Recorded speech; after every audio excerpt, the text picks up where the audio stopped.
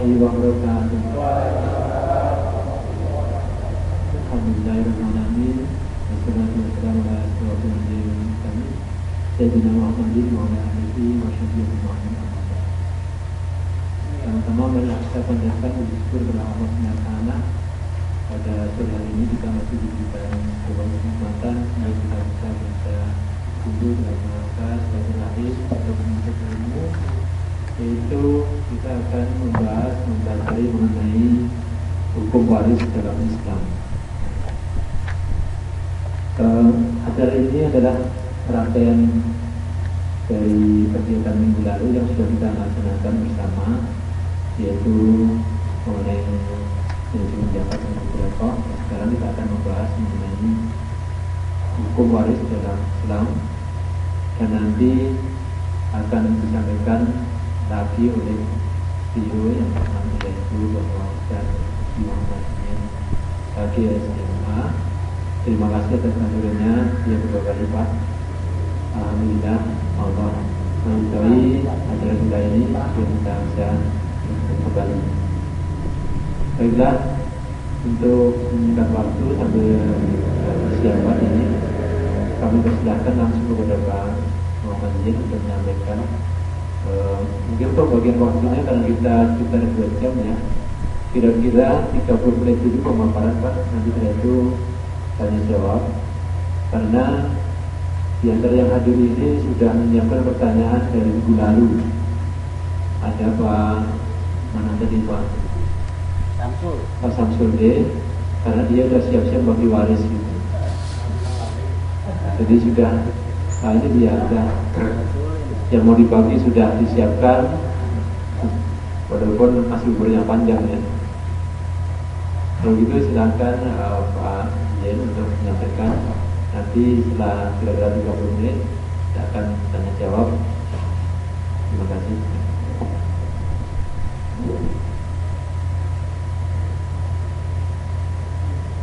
Bismillahirrahmanirrahim. Assalamualaikum warahmatullahi wabarakatuh. Alhamdulillah. Alhamdulillahilladzi amarna bi-islahi ma'izatina linaili sa'adah wa ridha. Amma ba'd. Faqad qala Allah Ta'ala fi kitabil aziz wa huwa asdaqul qailin. Bismillahirrahmanirrahim. Lidzakari mislu hadzil unsayayn. Yang sama-sama kita hormati dan muliakan Ketua Bajis Masjid Nurul Falah, dan yang saya hormati bapak-bapak, ibu-ibunya belum hadir ya, khusus bapak-bapak ya, bapak-bapak yang mengatakan oleh Allah Subhanahu wa Ta'ala. Alhamdulillah kita dipertemukan lagi oleh Allah Subhanahu wa Ta'ala ini karena izin Allah. Karena memang sebelum-sebelumnya saya mau ke Pak Selamat kayaknya ada jadwal,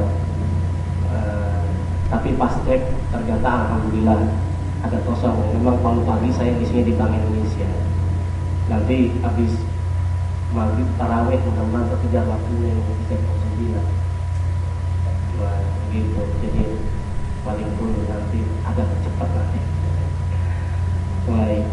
Kalau Bapak yang mengatakan oleh Allah Subhanahu wa Ta'ala, kalau kita ingin membahas tentang mawaris, waktu 2 jam itu sangat tidak cukup. Sampai-sampai kita dulu yang pernah pondok pesantren sampai 6 tahun juga karena nggak paham-paham. Apalagi dengan waktu yang 2 jam yang singkat, tetapi semoga ada manfaatnya kita bersilaturahim, kita bertemu karena izin Allah Subhanahu wa Ta'ala. Hadirin yang dimuliakan oleh Allah Subhanahu wa Ta'ala, kita membahas tentang mawaris. Ternyata mawaris sama marawis ini sama-sama. Mawaris sama marawis, tahu Pak marawis? Ini sama-sama ini. Sama-sama apa? Sama-sama membuat keributan. Marawis anak-anak kita coba itu dipukul, berang-berang, ributan. Nah, mawaris juga sama. Orang sering berantem gara-gara apa? Gara-gara waris. Pembagian waris gimana? Nggak adil. Sudah diatur oleh Allah Subhanahu wa Ta'ala. Ilmu yang sangat detail itu ilmu waris.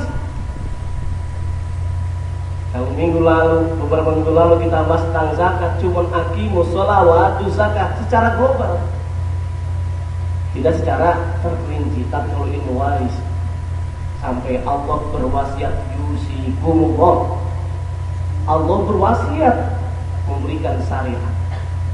Kalau orang meninggal aja wasiat sudah melaksanakan, ini Allah langsung wasiat. Berat nggak kira-kira, Pak? Berat sekali rasanya. Secara detail ada pembagian-pembagiannya. Tapi ketika saya ngajar fikih mawaris di UIN, terutama di Fakultas Ilmu Tarbiyah dan Keguruan, berangkat dari kasus ternyata. Kebanyakan masyarakat kita, kalau selagi menguntungkan pasti yang dipakai ilmu mawaris atau ilmu faraid. Terutama yang bapak-bapaknya sama ibu, yang laki-lakinya paling seneng ya yang mawaris. Karena kenapa? Menguntungkan atau merugikan Pak kira? Menguntungkan. Tetapi kalau ibu-ibu main Pak, nggak mau dia pakai ilmu mawaris. Kalau bisa 50-50. Kalau bisa baginya rata. Nah, kalau kita ingin coba lihat, orang tuanya juga sama, bahkan sebelum meninggal dunia udah dibagikan. Kalau sebelum meninggal dunia udah dibagikan, itu namanya bukan warisan Pak, hadiah, hibah. Karena warisan meninggal dibandingkan saat meninggal dunia. Kasus yang ada di tengah masyarakat kita kan bagaimana ininya? Bagi rata perempuan, laki-laki nggak bisa, harusnya pakai sesuai ilmu faraid. Karena dalam kaidahnya dan mata Al-Quran jelaskan li zakari mislu hadil unsayain, li zakar itu berarti laki-laki. Itu jatahnya 2 kali lipat dibanding perempuan. Sampai-sampai ada yang orang-orang yang bidang gender ini kan memprotes ayat ini. Nggak adil ini. Allah ini nggak adil. Sampai-sampai ada juga yang berkelakar. Saat waktu mengisi acara yang perempuan-perempuan itu yang gender bilang, kenapa laki-laki tidak perlu ada nisfu zakar? Harusnya li zakar kan Pak? Bukan nisfu zakar. Karena kalau seandainya nisfu zakar la yanfa. Artinya tahu Pak ya. Dan kalau laki-laki harus setengah nggak bermanfaat nanti. Nah itu guyonan. Tapi yang jelas ini udah perintah Allah Subhanahu wa Ta'ala tentang waris secara detail. Sholat juga sama, aqimus sholat. Sedetail nggak Pak? Nggak ada. Paling pun hanya kita mengikuti shollu kama ra'aitumuni usolli. Sholatlah kamu sebagaimana saya sholat. Akhirnya kita bisa mencontoh Rasulullah sholat. Tapi kalau warisan sudah ditentukan oleh Allah Subhanahu wa Ta'ala. Ada furudul muqaddarahnya. Ada nanti yang kita bahas. Ada yang namanya dapat 1/3, ada yang setengah gitu, ada kan Pak ya? Ada yang 1/3, ada yang 1/6, ada yang 1/8, ada yang 1/4. Nah gimana? Itu sudah ada ketentuan dari Allah Subhanahu wa Ta'ala. Tentunya Bapak yang dimuliakan oleh Allah Subhanahu wa Ta'ala, ada persyaratan bagaimana orang bisa mendapatkan warisan. Ini sengaja slide-nya boleh buka-buka di hari ini Pak, karena biar panas dulu. Nah rupanya ada cara kita mendapatkan warisan. Yang pertama karena nasabiyah. Nasabiyah berarti apa nih Pak? Keturunan, kekerabatan. Yang meninggal orang tua kita, maka kita dapat jatah warisan. Ini kategori nasabiyah. Ada yang kedua yaitu sababiyah. Bagaimana cara kita mendapatkan warisan? Sababiyah ini disebabkan karena melalui jalur pernikahan. Akhirnya ada suami istri. Ketika istrinya meninggal, suaminya dapat warisan. Sebaliknya, ketika suaminya meninggal, istrinya juga dapat warisan. Ini syaratnya masih dalam akad pernikahan. Tapi kalau sudah bercerai, dapat warisan nggak? Nggak bisa, karena sababianya itu sudah putus. Ada juga karena faktor al-wala, yaitu pembebasan budak dan seterusnya. Baik, kita langsung lanjutkan saja.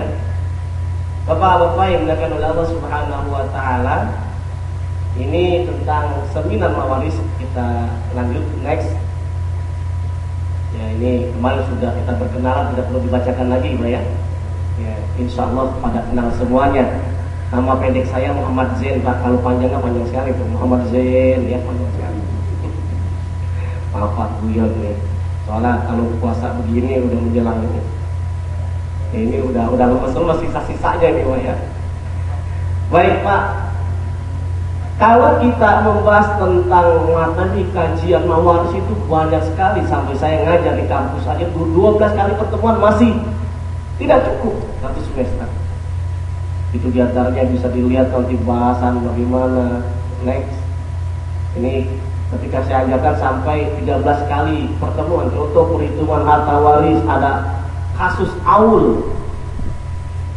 Jadi kalau di mawaris itu ada juga yang terjadi, ada masalah kalau seandainya yang di atasnya itu lebih besar dibanding yang di bawahnya. Irtifa naik. Ini kasusnya pada masa Umar bin Khattab, aul. Di antaranya jatah suami, anaknya tidak ada, itu biasanya dapatnya berapa? Dapatnya berapa? Setengah apa seperempat itu? Anaknya nggak ada, dapatnya berapa Pak kira-kira? Dapatnya setengah. Kalau ada anaknya berarti seperempat. Sebaliknya kalau istri tidak ada anak, maka jatahnya seperempat. Kalau ada, harus balik. Kalau ada anaknya dia seperempat, kalau tidak ada anaknya terbaliknya itu. Nah nih, jadi kalau ada anaknya jatahnya berkurang, berarti 1/8. Kalau tidak ada berarti 1/4. Itu kurang lebih seperti itu. Sama juga suami kalau tidak ada anaknya berarti setengah. Nah ini kasus aul ini kalau perhitungannya itu tidak pas dengan aslul masalah kalau pernah belajar dalam fikih mawaris Pak ya. Contohnya istri meninggalkan suami dan ada saudara perempuan yang laki-laki lebih dari 2. Berarti kan kalau hitungannya berapa Pak? Berarti suami dapat setengah gitu. Kemudian kalau saudara perempuannya berapa? 2/3. Kalau disamakan itu KPK-nya berapa Pak? Itu kan berarti 6 ya. 6 dikali setengah berapa Pak? 6 dibagi 2, 3 dapat 3. Ya kan berarti yang suami dapat 3 gitu kan. Kalau yang saudara perempuan berarti apa? Tadi 2/3. 2/3 dikali 6 berarti berapa? 4. 3 ditambah 4 berapa Pak jadinya jumlahnya? 7. Bawahnya pembilangnya berapa? 6. Ini yang dinamakan kasus aul. Biar supaya sama, itu disebutkan naik ditarik, jangan 6 tetapi jadi 7. Jadi akhirnya penyebutannya berapa Pak? Yang tadi jumlah suami adalah 3, jadi langsung bawahnya 7. 3/7. Kemudian kalau yang saudara perempuan itu berarti 4/7. Jumlahnya sama nggak? Jadi akhirnya 7/7. Ini yang kasus penyelesaian kalau bapak-bapak ingin lihat itu banyak sekali. Bukan hanya dalam fikih-fikih yang biasa, ada istilah aul, ada istilah gorawen. Kalau gorawen itu apa? Kalau ahli waris yang ditinggalkan itu hanya ada istri atau suami, bapak dan ibu. Nah ini nantilah kita akan coba lihat. Jadi kasus-kasusnya itu banyak sekali. Sampai-sampai kalau ada kasus, bagaimana Pak kalau bapak punya anak banci? Dapat warisan nggak tuh kira-kira? Hah? Tapi ingat, bancinya banci apa? Karena kajian ada hunsa muskil atau tidak. Yang susah terdeteksi jenis kelaminnya boleh jadi ganda. Yang mana yang aktif nih? Apakah laki-laki atau perempuan? Kalau sekarang kan bukan banci itu tuh banci buat-buatan. Ini secara genetik itu Apakah ternyata nanti laki-laki, maka banci itu dihitung laki-laki. Kalau bapak-bapak punya anak misalkan banci 1, terus perempuan 1, punya uang 30 juta rupiah, kira-kira dapat berapa coba?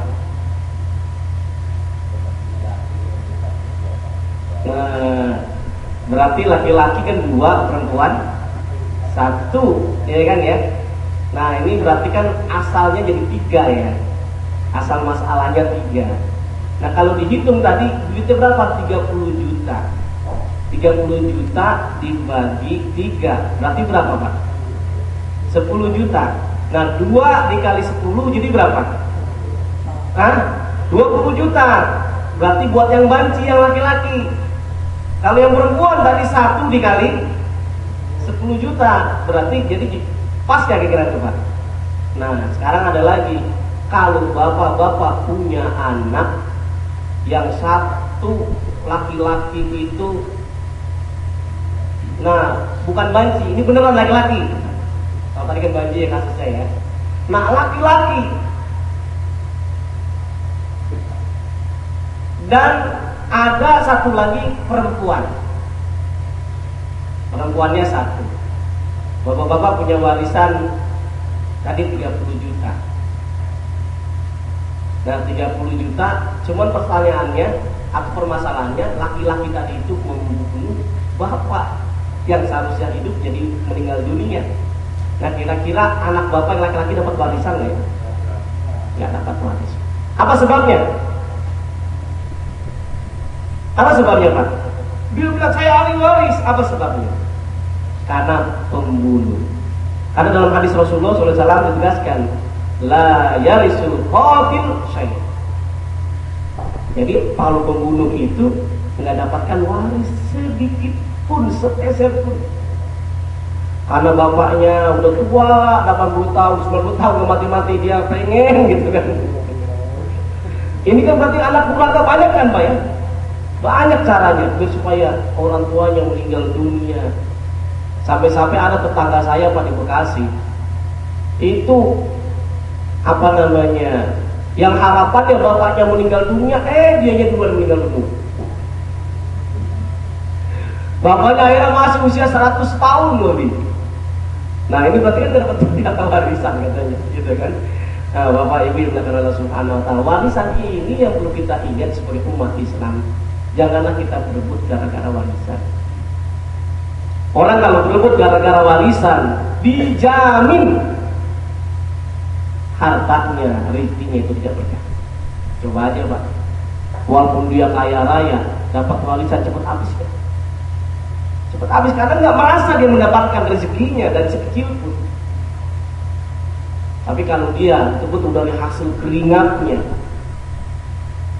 maka itu akan terasa nikmat. Dia mengeluarkan uang berpoya-poya juga tidak bisa. Ini sampai 13 kajian sampai makfud. Bagaimana kalau orang hilang? Ada yang jadi TKW di mana itu, di Birma, di mana? Rohingya apa namanya? Nah, apakah dia meninggal dunia atau tidak gitu kan? Karena ada kasus. Nah, nanti tinggal dilihat. Oh, ternyata kebanyakan pada meninggal dunia boleh jadi orang larangan yang kerja di TKI sana bisa dikategorikan dihukumkan sebagai meninggal, bisa juga gitu. Karena meninggal dunia itu ada 2 kemungkinan. Ada yang hakiki, ada yang takdiri. Kalau yang hakiki berarti apa? Meninggal beneran. Pagi-pagi meninggal, habis minum obat meninggal, habis baca Quran meninggal, itu kan hakiki, kelihatan ya. Tapi kalau takdiri atau apa namanya hukmi, itu yang diputuskan oleh hakim. Dalam lama gagal bencana alam dan seterusnya. Ini yang model persoalannya. Yang perlu diingat, ada persyaratan kalau ingin dibagi warisan. Yang kategori namanya rukun waris gitu ya. Yang pertama adalah apa? Orang yang meninggal dunia. Kalau nggak ada yang meninggal dunia, bisa kategorikan warisan ya? Bagi waris ya? Jadi harus ada yang meninggal dunia dulu. Nah kemudian yang kedua itu ada